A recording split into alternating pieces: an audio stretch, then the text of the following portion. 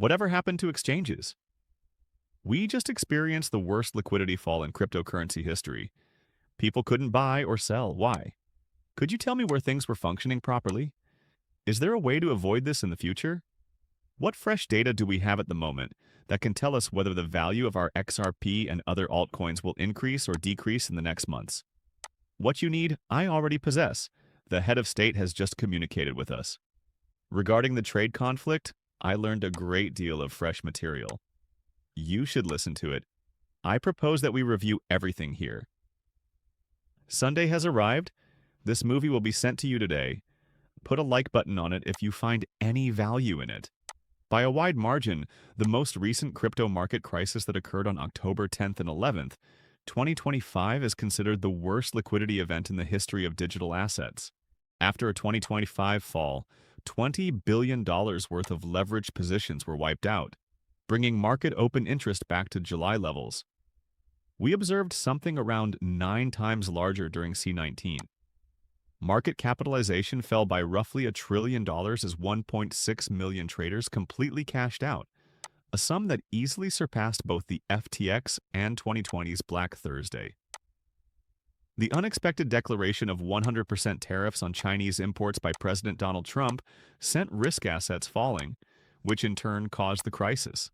Since most liquidation positions were held by retail traders who were net long, the announcement came after markets were closed here in the U.S. stock market, when global liquidity was already very limited and leverage was quite high. For what reasons retail couldn't trade, so I streamed it live on Friday as this was all happening. Various exchanges, including Binance and Kraken, were rumored to be unable to purchase at low prices. Many felt it was somewhat manipulated. Let's find out more details on what went down here. Technical issues, dashboard freezing, and delayed order execution are commonplace on major centralized exchanges like Binance and OKEx. A large number of centralized order management systems were overwhelmed during the peak of the crash by algorithmic liquidations and high-frequency trading bots, rendering them unable to execute buy or sell orders. Retail traders' already confusing situation was made worse by centralized platforms' reliance on automated liquidation engines and auto-deleveraging, which closed positions forcibly with little room for human intervention. The ineffectiveness of centralized exchanges was contrasted with the continued operation of decentralized exchanges and DeFi protocols. Most importantly, the market meltdown occurred on a magnitude never witnessed before, with greater leverage than ever before. The announcement of tariffs and technological issues on centralized exchanges exacerbated the effects of the macroeconomic shock. Unfortunately, retail traders who were long positioned were hit the worst, since exchange disruptions and overloaded liquidation engines made it impossible for them to access the markets reliably during the most turbulent period. Additionally, possess some data in this area. Several pieces of evidence point to the possibility that the crypto liquidity meltdown of October 2025 was either deliberately caused or, at the very least, provoked. Took advantage of a flaw in the system that was present in this case. Certain leverage products and margin structures were exploited, and the timing and nature of the cascade occurrences that started just before Binance was supposed to introduce a new Oracle price system raised suspicions of manipulation and deliberate attacks.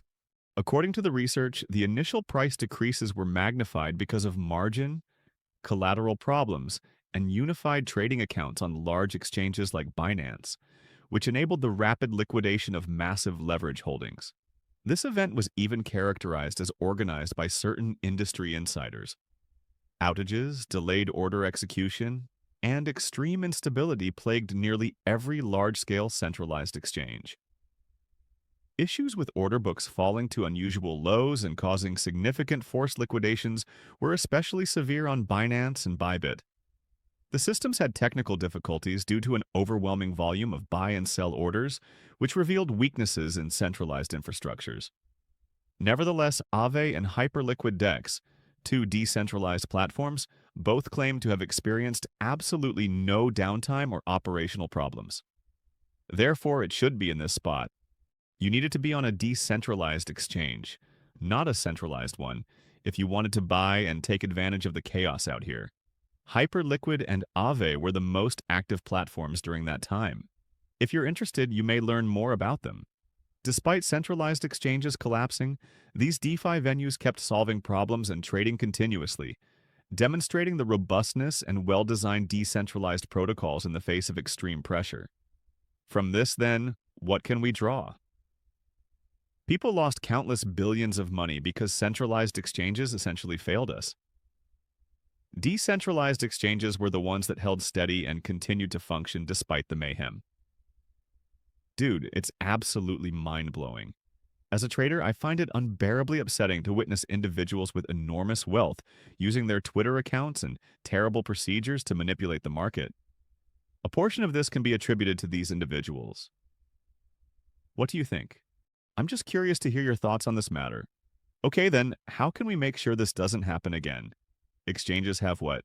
Strong cloud hosting, load balancing, and geographically dispersed servers that can manage enormous traffic spikes are examples of more scalable and redundant architecture that Exchange should implement. You can reduce the likelihood of risks and system outages by implementing data backup methods, automated failover systems, and microservices. We need to make active system monitoring, regular load testing, and incident reaction exercises the norm. Is the possibility of these events actually being tested in drills to see how exchanges' systems would react? In the US, these exchanges are not obligated to conduct things like this because of the lack of regulation. Integrity solutions and real-time surveillance can detect new dangers like manipulation or cascading liquidations as they emerge. How can traders improve for the future? Spread out your assets and don't put too much weight on any one loan. Utilize a variety of wallets and exchangers. Go over the basics of DeFi protocols and decentralized exchanges. During the outages, don't sell in a panic. That was what I was attempting to convey to Friday's live stream viewers.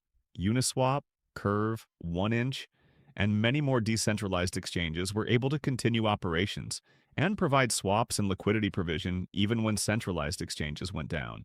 As a result of these incidents, Binance Online is also receiving a lot of negative attention. Some people are highly upset about this and they blame Binance. This is terrible press, and I have no idea how it will affect them. Paul Barron stated that rare earth exports will not be banned by China. Significant relief for the crypto and IT infrastructure is what this signifies. Doomsday scenarios were recently walked back by China. Exports of rare earth elements will not end. With the right applications in line with rules, they are open to enhancing communication and ensuring that the production of crypto mining gear is not disrupted by disruptions in the supply chain. With the supply of data center equipment stabilizing, there is no acute shortage of ASICs or GPUs. Anticipate additional red tape and some setbacks. A strong market might resume for crypto and important IT industries. On Fox, you could also see JD Vance discussing this in real time. I can play this video for you. It's going to be a delicate dance, Maria, I'll tell you. How the Chinese react will determine a lot. I can assure you that the President of the United States has a lot more ace cards than the People's Republic of China has if they reply aggressively. Okay, everyone, I'll see you all again soon. Bye.